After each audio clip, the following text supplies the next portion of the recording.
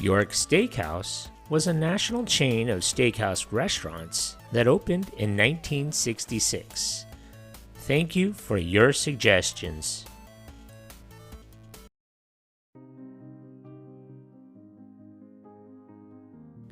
The first York Steakhouse was opened in 1966 by Eddie Grayson and Bernie Groh in Columbus, Ohio. The steakhouse opened in Columbus, Ohio as a freestanding unit with a pod of restaurants called The Patio. A combination of Groh's restaurant background, he was a French-trained chef who would later open B.J. Salvy's, and Grayson's retail history gave York the foundation to grow. The two planned every detail of the experience, from yelling orders to the line chef in French to placing desserts in the front of the line before customers' trays filled up with other choices, to ensuring that the booths had rounded corners so people wouldn't hurt themselves when getting up. Groh oversaw restaurant operations while Eddie Grayson handled merchandising and expansion strategies. York Steakhouses had a floor plan like a cafeteria, cold items on one side, hot items on the other, with the cashier at the end. This combined with a decor composed of subdued lighting, heavy wooden furniture, and iron chandeliers. The restaurants were run like a cafeteria, with a la carte pricing on items. Tipping was not allowed at any of its restaurants. There was also an extra charge for pats of butter and sour cream.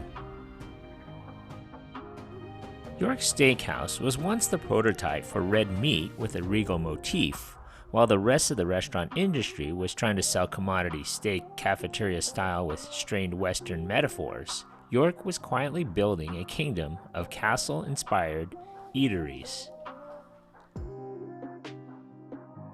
The second unit of the chain was built and operated by Grayson's brother, Howard, inside the Maine Mall in South Portland, Maine, when the mall first opened in 1971. After building a few more units, York Steakhouse started opening in shopping malls where they found great success. The two founders sold the restaurant chain to General Mills in 1976. The outfit had grown to more than 150 locations, all in the malls east of the Mississippi River. By 1982, there were nearly 200 restaurants in 27 states from Texas to Maine. As part of the agreement with General Mills, the founders continued to operate the restaurants for a few years, ensuring its smooth transition. In the early 1980s, many of the York Steakhouse locations were converted into a new concept called York's Choices, which featured a round bakery case kiosk that sold its signature cakes and pies at the front of the store.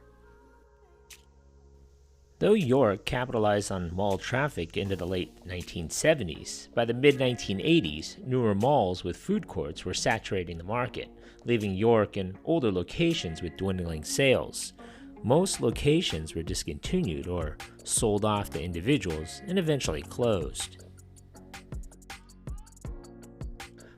One source reported that the remaining York Steakhouse chain was eventually purchased by Uno Restaurant Holdings Corporation, while other sources reported that the remaining York Steakhouse chain was sold in 1989 to USA Cafes Inc., major franchisees of the Bonanza Steakhouses, for conversion to the Bonanza brand. Regardless, after General Mills sold the chain, a limited number of York Steakhouses continued to operate for several years as independent restaurants.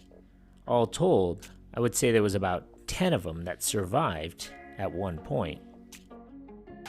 Over the years, they would eventually close until there was only one left, kind of like the last Blockbuster Video in Bend, Oregon. The last York Steakhouse can be found on West Broad Street in Columbus, Ohio, where it is a family-owned and operated. The last one has thrived and survived for more than a half a century on West Broad Street by remaining largely unchanged thanks to its steady, perhaps stubborn strategy, still championed by owner Jay Betton, who turned an abandoned outpost of a dying empire into a nostalgic dining destination. The location was among the first Yorks to add a salad bar to fend off competitors who had already done the same. The menu at York's Steakhouse remains largely the same, with only a modest increase in price. The sirloin tips is the most popular item, Betton says. There's also a honey-glazed chicken, the York fillets, and a 1-pound T-bone for under $17. For dessert, it was and still is all about the chocolate pudding. The last York Steakhouse still has that unique decor with iron chandeliers, heavy wood chairs, and dim lighting consistent with its castle theme. The Columbus restaurant, however, has made a few changes over the years. Betton added a salad bar. That was a Ponderosa, not a York Steakhouse thing. The wood paneling remains, though the dining room has been brightened up. The iron chandeliers are still hanging, though the candelabra bulbs have been replaced. York's fervent fan base is made of customers and employees alike, and it's common for online York alumni groups to make pilgrimages to the last York left in America. So if you're ever in the Columbus area, go ahead and check out York Steakhouse, the last one in the whole chain.